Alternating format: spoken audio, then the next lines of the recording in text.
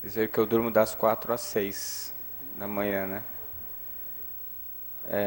Olha, estou numa situação bastante confortável, porque de manhã já foi falado muita coisa, e a doutora Ivene agora, como sempre, foi fantástica, e ela colocou tudo de uma maneira muito clara, a questão das estruturas. E o que eu acho que eu vou fazer aqui é só chamar a atenção para vocês de um detalhe fisiológico. E é como professor de fisiologia que eu vou fazer isso, né? A gente demora 3 meses para fazer isso com os alunos lá. A gente vai fazer isso em 3 minutos aqui. É o seguinte, sistema nervoso, eu vou falar como fisiologista agora, tá? Ele tem 3 atribuições básicas. A primeira delas é a sensitiva, e a doutora Divina colocou aqui com muita propriedade. Quer dizer, talvez o primeiro órgão sensorial tenha sido a membrana celular, porque uma ameba já tem a capacidade de perceber o ambiente. E toda a nossa evolução, como a doutora Ivênia disse, vem dessa percepção do ambiente, ou seja, as necessidades do ambiente imprimindo, né, no nosso organismo, na nossa estrutura biológica, modificações, né? Como disse Diderot, a função faz o órgão, né? Então, há que haver a necessidade, um porquê das coisas acontecerem. E a percepção é o nosso ponto de partida. É a partir daí que a gente começa, né, essa escala evolutiva, percebendo essas necessidades. Então, a porção sensorial é a que coleta informações. Ela vai pegar, conectar você com o ambiente onde você está inserido. A segunda função é a função integrativa. Essa é a função que o ser humano faz com maior desenvoltura, se comparado com os outros animais. Se você pegar a parte sensitiva, tem animal que enxerga mais longe, que sente cheiro mais perfeito, mas a porção integrativa é o ser humano que tem com maior habilidade, com maior profundidade. E essa função integrativa que faz a interpretação dos estímulos, não é?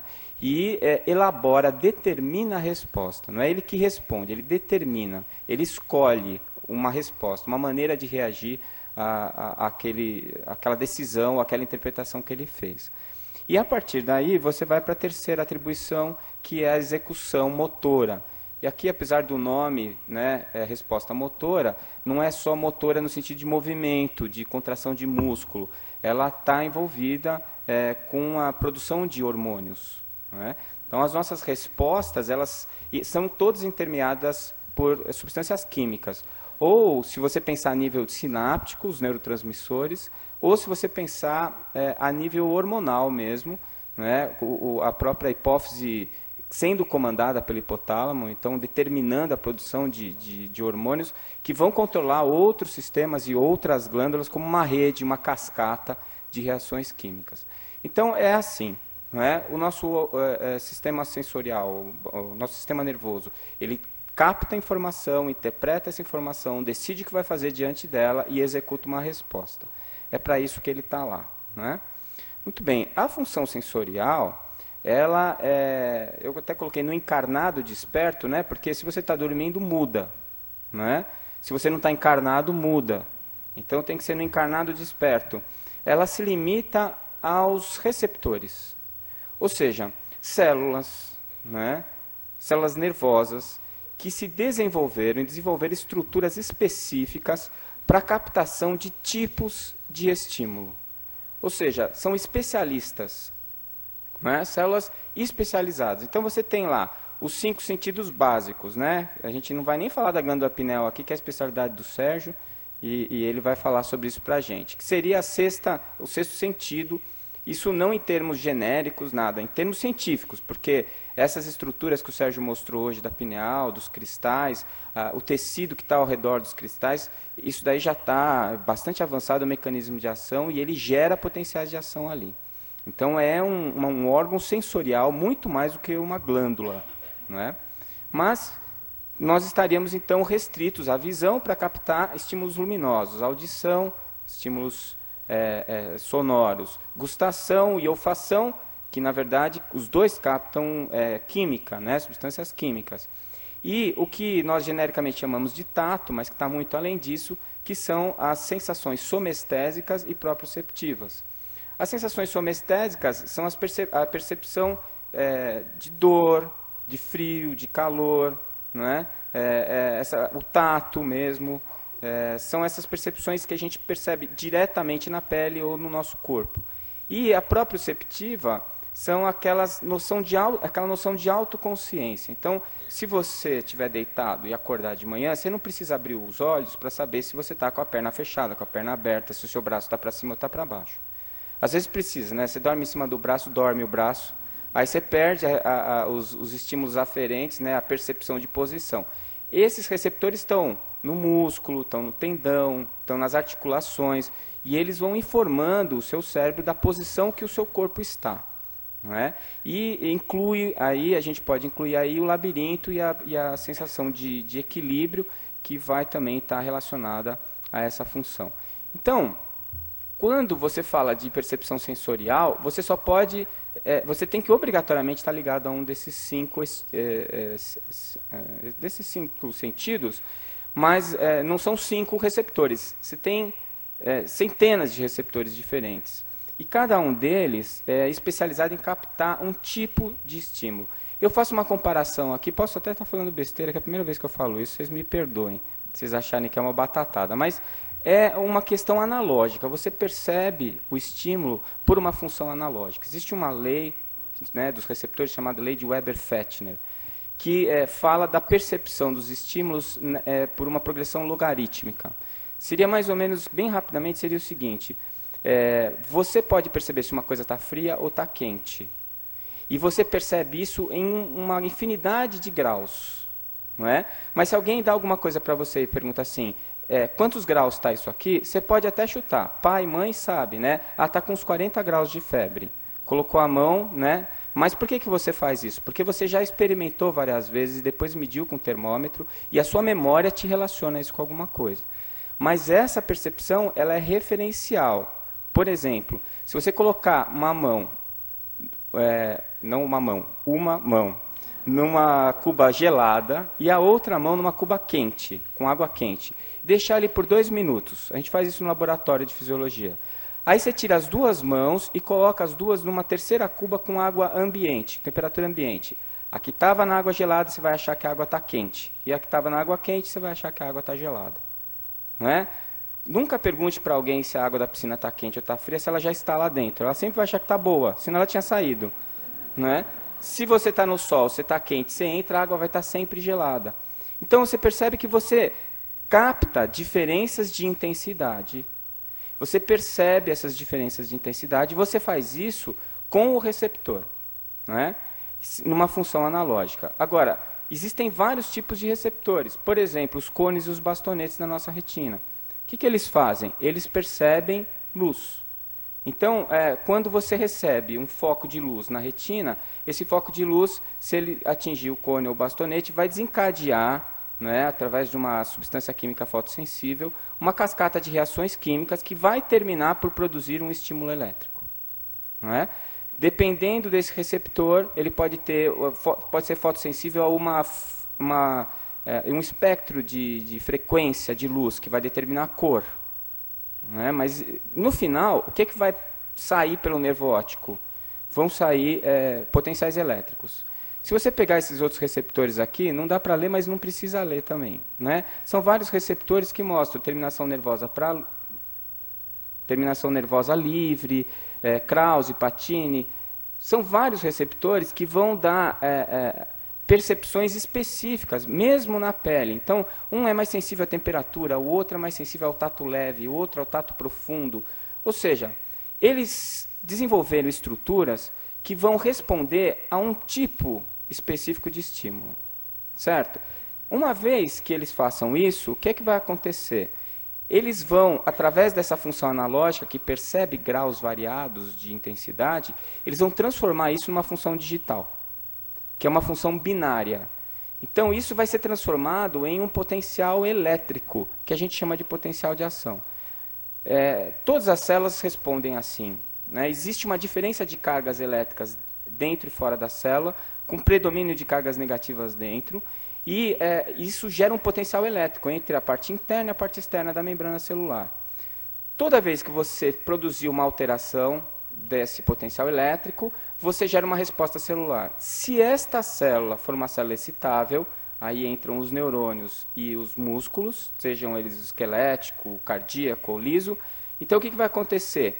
Ele vai despolarizar a membrana, vai haver uma entrada de cargas positivas, representadas pelo sódio, e isso inverte a polaridade, que é o que está representado aqui no gráfico, não é? Então, você vai ter aqui uma inversão. Está negativa aqui, ela vai ficar positiva, depois ela volta a ser negativa aqui, né? Isso é um abalo elétrico.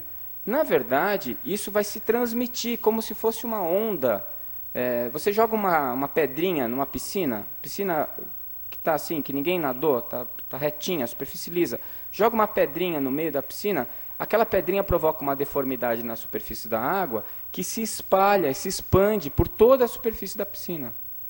Não é? Então você fala, é uma onda que está andando. Não, é a deformidade que está sendo reproduzida em toda a superfície da piscina. Não é? Então, quando você gera esse potencial de ação, isso vai acontecer em toda a célula vai funcionar como uma piscina. Caiu a pedrinha, gerou despolarização, essa despolarização vai ser conduzida. Se isso está acontecendo no neurônio, quando chegar na bordinha do neurônio, do lado certo, né, porque pelo lado dos dendritos não tem nada, mas pelo lado dos terminais axônicos, tem umas vesículas sinápticas lá que estão cheias de substâncias químicas.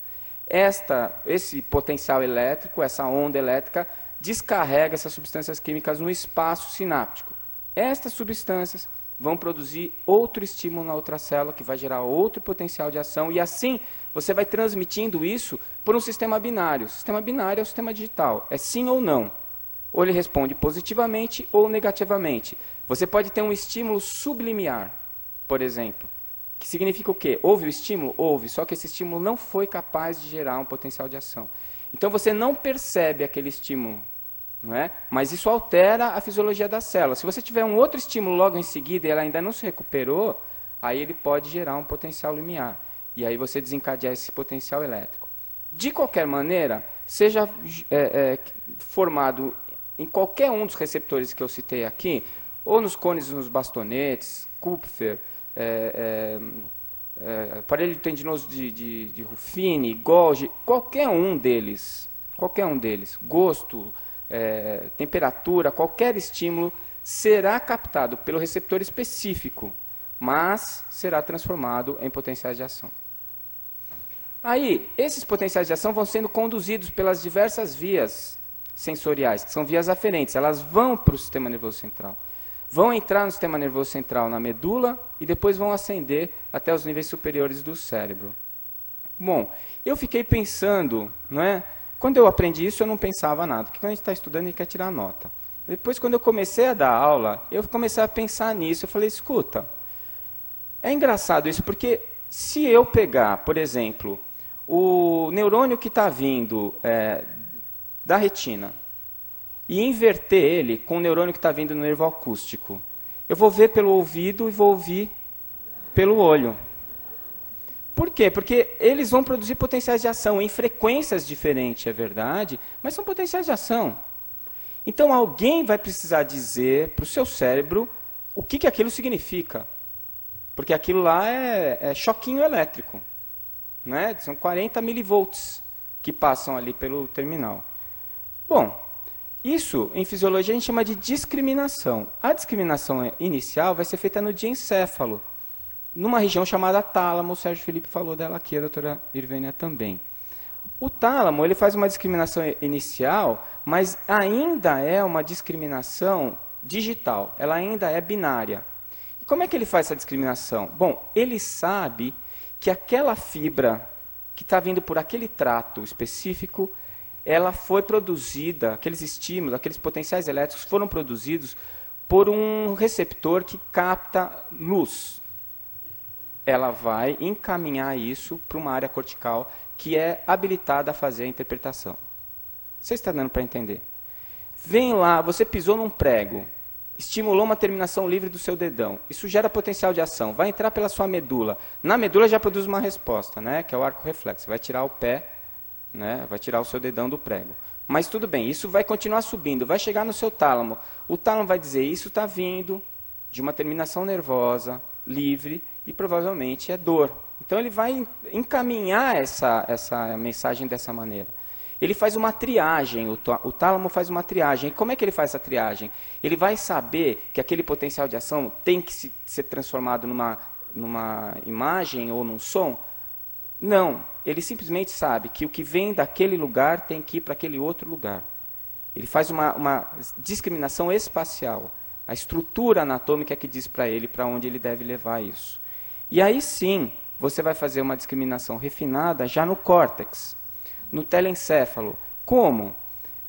Esses potenciais de ação que chegaram no tálamo, o tálamo discrimina inicialmente para dizer o que é e manda para áreas corticais específicas.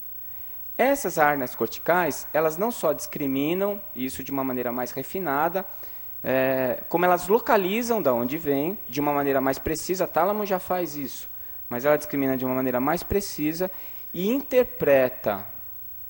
Aí eu já acho que deixa de ser uma função digital, passa a ser uma função quântica. Quântica, do pouco que eu sei de física quântica, na interpretação ou na modificação do comportamento das partículas a partir do observador. Quem é o observador aqui? É o espírito. E como é que ele vai interpretar isso? É uma interpretação não local, não temporal.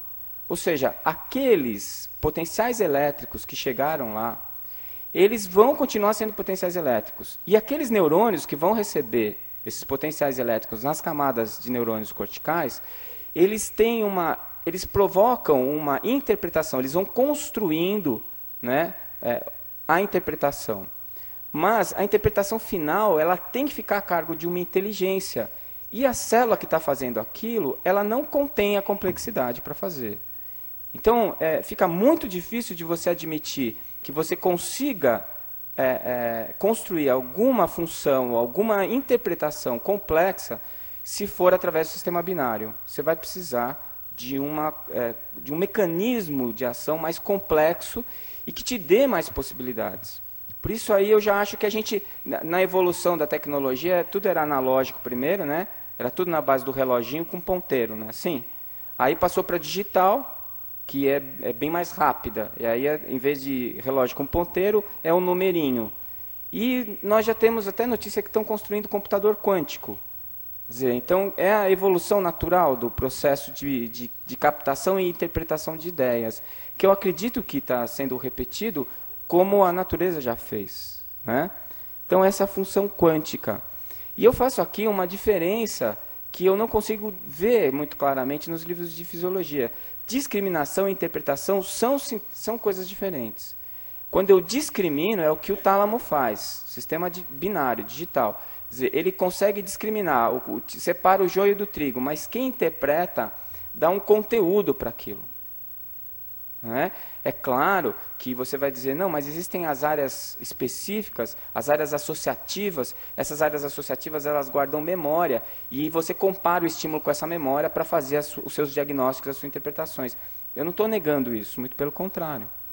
Até para você construir a sua consciência e construir os seus gostos, as suas vontades, o que você acha legal, o que você não acha legal, você tem que experimentar. E essa experimentação vem vindo desde que você nasceu.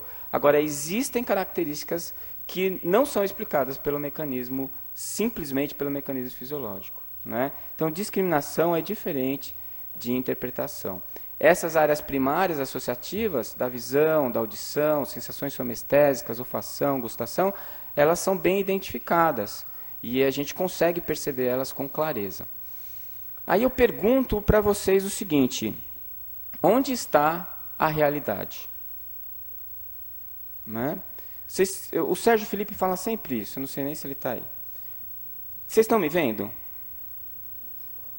Não estão. Não estão vendo, porque apesar de eu me esforçar muito, eu não emito luz. A matéria é opaca.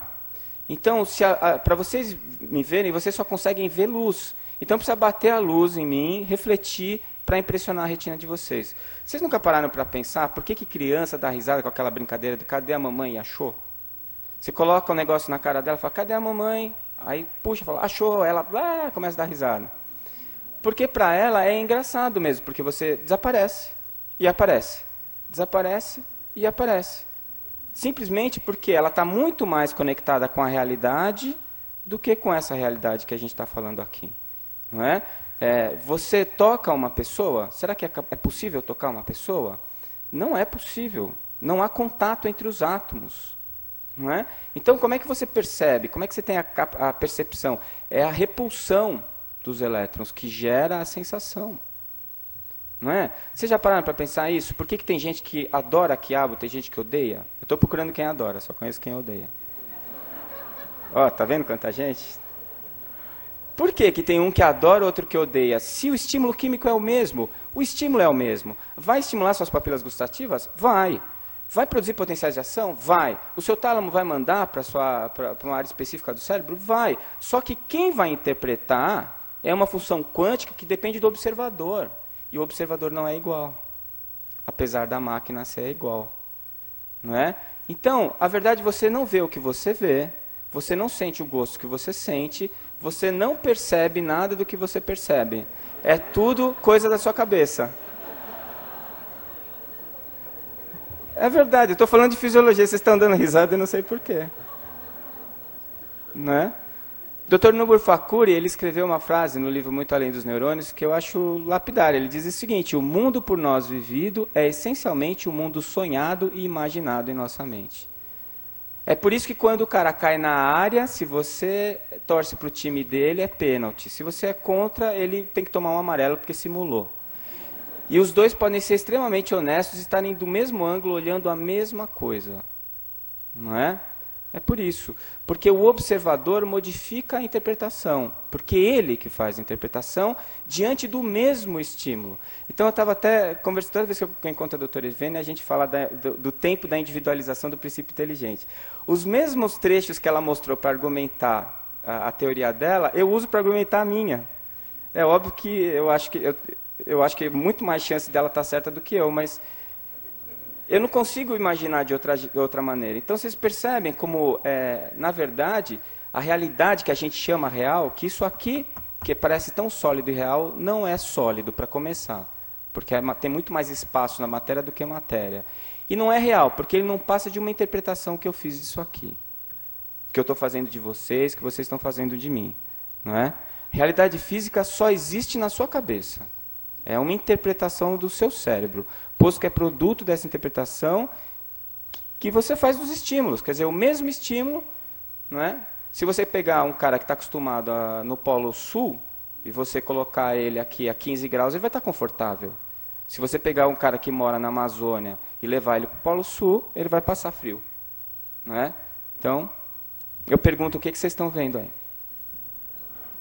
A essa altura vocês não estão vendo nada, né? Não sei, fala primeiro. Não é uma maçã, vocês concordam? É uma imagem que você interpretou, não é? Tudo bem, vocês aprenderam a lição. Não consegui pegar vocês. Mas eu digo o seguinte, você consegue me dizer se ela está quente ou se ela está geladinha? Se ela está farinhenta ou se ela está gostosa? Se ela está suculenta?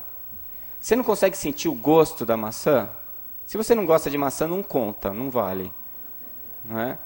Bom, está provado que quando você se lembra da maçã, e você sente o gosto da maçã, você se lembra do sabor da maçã, da sensação tátil da maçã, se ela está quente, se ela está gelada, as áreas do seu cérebro que são estimuladas são exatamente as mesmas do que se você estivesse comendo a maçã. Ou seja, é virtual. Comer maçã também não faz a menor diferença. Você pode comer, não comer. No final, você vai estar experimentando com o seu cérebro a mesma coisa. Tá certo? Vocês estão vendo um bebezinho aí? Tem muita gente que não está vendo. A hora que eu mostrar, esse bebezinho que não existia, passa a existir, né? Olha lá. Cabeça, o olhinho, nariz, a boca, o bracinho aqui, ó. O pezinho dele com os perninha, o bumbum aqui, ó. Não é? Então, onde é que estava o bebê há 2 segundos atrás? Esse pessoal que fez, não existia. Aí passou a existir, porque eu mostrei. Ou ele já existia, só que você não tinha percebido. Não faz tanta diferença, porque você está interpretando. Outro pode olhar e falar assim, não, isso não é um bebê, é uma árvore que desenhou o bebê. Hoje em dia você pode dizer assim, foi alguém com Photoshop que desenhou o bebê. Mas tanto faz, porque o bebê, na verdade, ele não existe. Você cria ele na sua cabeça, não é? Muito bem. Então, eu vejo assim, se o cérebro é uma máquina, um computador, e na minha concepção é um computador quântico, essa vida é um videogame. E nós estamos jogando online, em rede. É por isso que a gente se interrelaciona com as pessoas. Se você desligar, você está jogando um joguinho de computador, numa lan house, e acaba a luz elétrica, o que acontece com aquela realidade virtual? Ela desaparece. Desliga o seu cérebro para ver o que acontece. Vai embora. Vai embora. Não é? Então, a inter-relação nossa, enquanto encarnados, é uma inter-relação virtual. A gente está se comunicando através do computador e através do software que foi instalado nele e dos seus periféricos. Os nossos receptores são periféricos. Periféricos analógicos que mandam um sinal digital interpretado quanticamente pelo seu computador. E que você olha na telinha, e quando você olha na telinha, você diz, eu vou fazer isso, vou fazer aquilo, não vou fazer isso. Aqueles videogames de primeira pessoa, né, que você está com uma arma na mão e vai matando todo mundo. A mesma coisa. Não é? Então, essa é a tal da realidade que a gente dá tanto valor. O Dr. Andrew Newberg, já foi citado aqui pelo Dr. Melvin Morse, ele publicou um trabalho em 2001, junto com o Dr. Dakili. E ele fez um estudo de budistas tibetanos e freiras franciscanas em meditação profunda. Ele fez uma análise neurofuncional. Ele colocou em tomógrafo por emissão de pósitrons, que é alguma coisa bem parecida com aquela imagem que o Sérgio mostrou aqui, né? E ele colocou eles para meditar, as freiras rezando, os budistas tibetanos meditando, e ele viu o que estava acontecendo no cérebro. E a conclusão... Olha, a conclusão que ele tirou é totalmente diferente da minha, porque ele é materialista, é a história da versão, não é? O meu observador viu uma coisa, o observador dele viu outra, mas o que eu vou colocar para vocês é o seguinte, ele percebeu que os sentimentos religiosos não são sugestão, mas são uma experiência real. Neurofisiologicamente falando, o cérebro do budista ou da freira, enquanto está tendo a experiência transcendental, a experiência religiosa, aquilo se comporta neurofisiologicamente como realidade. E ele até chegou a argumentar alguma coisa tipo assim, a realidade que chega no seu córtex, ela depende de um estímulo que é transformado em uma onda elétrica, que é destransformada, né, ou interpretada, tipo Matrix mesmo, no filme, é interpretada pelo seu cérebro. Certo? Então, essa é a realidade? Bom, essa é uma versão do estímulo que foi criada na sua cabeça. Quando você se coloca em meditação, a informação ela vem pronta para o teu córtex. Ou seja, você não interpretou nada, aquilo ela é aquilo. Neurofisiologicamente, a realidade espiritual é real e a realidade física é uma ilusão. Você está sendo enganado. Né? Não por Kardec nem por Jesus, porque eles já avisaram isso há muito tempo para a gente. Né? A experiência religiosa é mais fidedigna do que a experiência experimentada pelos sentidos. Né? Nós vivemos então num mundo de ilusão, e a única realidade que existe é a realidade espiritual. Ele falava, meu reino não é deste mundo, não é isso? E não é mesmo. Né? Eu acho assim, às vezes meu filho agora está nessa época de jogar joguinho de computador. E se eu deixar, ele não almoça, não janta, não toma banho, não faz lição. Ele entra naquilo de uma maneira que ele não consegue sair. Somos nós. A gente está jogando esse joguinho, no começo a gente não dava muita atenção, achava até meio pitoresco certas coisas, que nem o bebezinho. Achou, cadê a mamãe? Achou. Você achava engraçado, você olhava as coisas e falava, mas como isso pode ser desse jeito? Né? Tem uma perereca, você fala, verdinho, que gosto tem? Põe na boca. Né? Essas coisas você experimentando. Depois de um certo tempo, você começa a entrar tanto naquela realidade virtual que para você é só aquilo que existe. Né? E aí que começa o problema. Porque aí você sai da realidade. Eu tirei esse trecho aí do Caminho e Verdade, do Emmanuel. E o Chico fala assim, Emmanuel, o homem carnal, em vista das circunstâncias que lhe governam o esforço, pode ver somente o que está morto, ou aquilo que vai morrer. O reino de Deus, porém, divino e imortal, escapa naturalmente à visão dos humanos. não precisa falar mais nada, né? Aliás, os MEDNESPs, os estudos que a gente fala, é sempre a reafirmação do que o André Luiz falou há 40 anos atrás, 60 anos atrás, não é? Para afirmar o quê? Uma mensagem que Jesus falou há 2000 anos atrás. Quer dizer, a gente é surdo mesmo, né? E como que a gente vai fazer para viver essa realidade espiritual? Como é que a gente faz para voltar para a realidade? Porque perda de realidade é doença psiquiátrica. Não é? Somos todos doentes. A gente precisa voltar para a realidade. A gente precisa reagir, não é? O caminho é a religar-se a Deus, porque Deus, como fonte primária e causa primária de todas as coisas, é a realidade, não é? Per se. Então, como é que a gente faz? A ciência nos diz que, através dessa colocação que eu coloquei para vocês, essa explanação que eu coloquei para vocês, a ciência nos diz o seguinte: você tem que evitar a interferência dos estímulos externos, porque eles ficam te enganando. Então você vê o que você não está vendo, você ouve o que você não está ouvindo, então você precisa parar com isso, não é? Então você vai e tem que ficar onde? Quando você quer rezar, você fala assim, não, o espírita tem mania de apagar a luz, que é para aparecer espírito, o espírito tem medo de luz. Não, quando você vai orar, se você está com a luz no teu olho, isso interfere. Você fica sendo puxado para o videogame, você precisa de um tempo, pause, não é? E aí você precisa de silêncio, você precisa, não dá para ter gravata, não dá para estar pondo o sapato, não é? Você precisa relaxar, não é? Você precisa estar ausente os estímulos externos.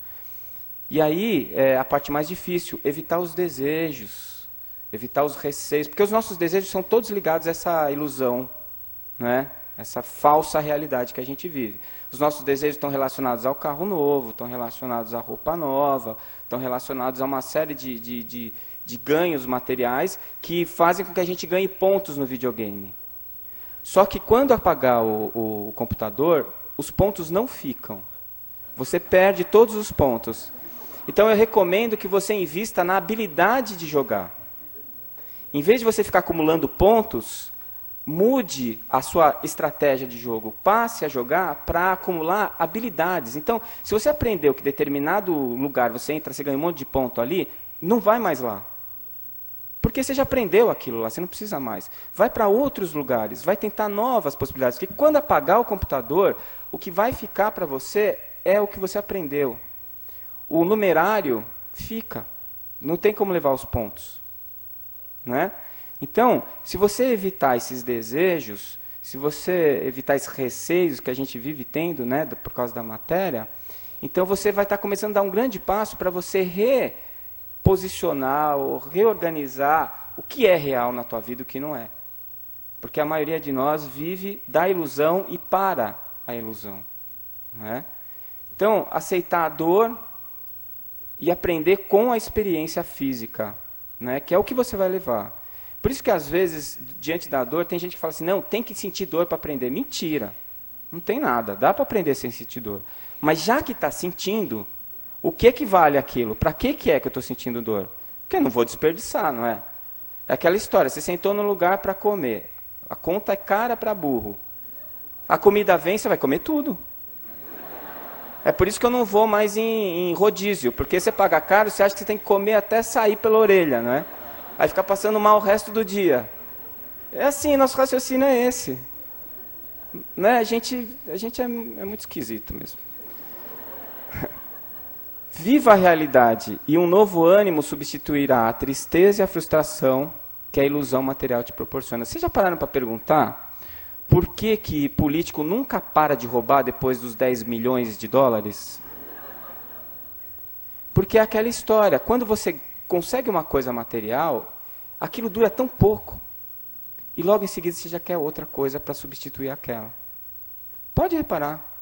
Era assim, quando eu tiver a minha casa, eu vou ser uma pessoa feliz. Aí eu comprei a minha casa. Aí eu tive um filho, tive 2, tive 3. Eu falei assim, quando eu tiver uma casa maior, eu vou ser um cara feliz. E assim vai. E você nunca vai ser feliz, porque quando você tiver uma casa maior, você vai querer uma mais bonita, uma com piscina, uma com 2 andares, nunca vai estar bom.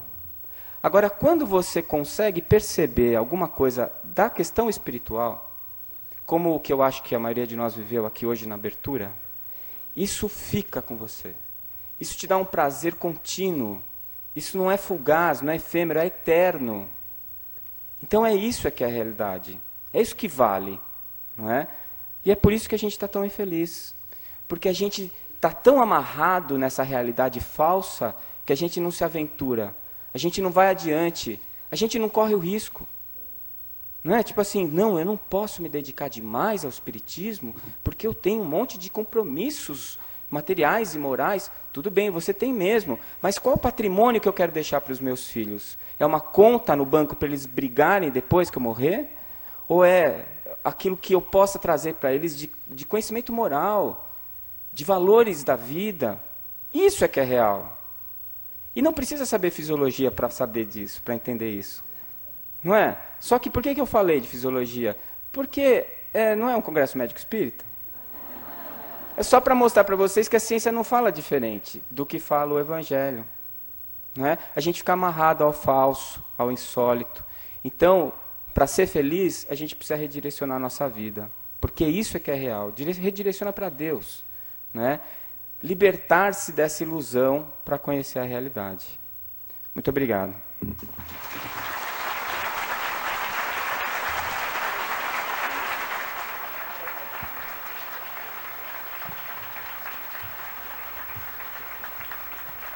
Obrigado.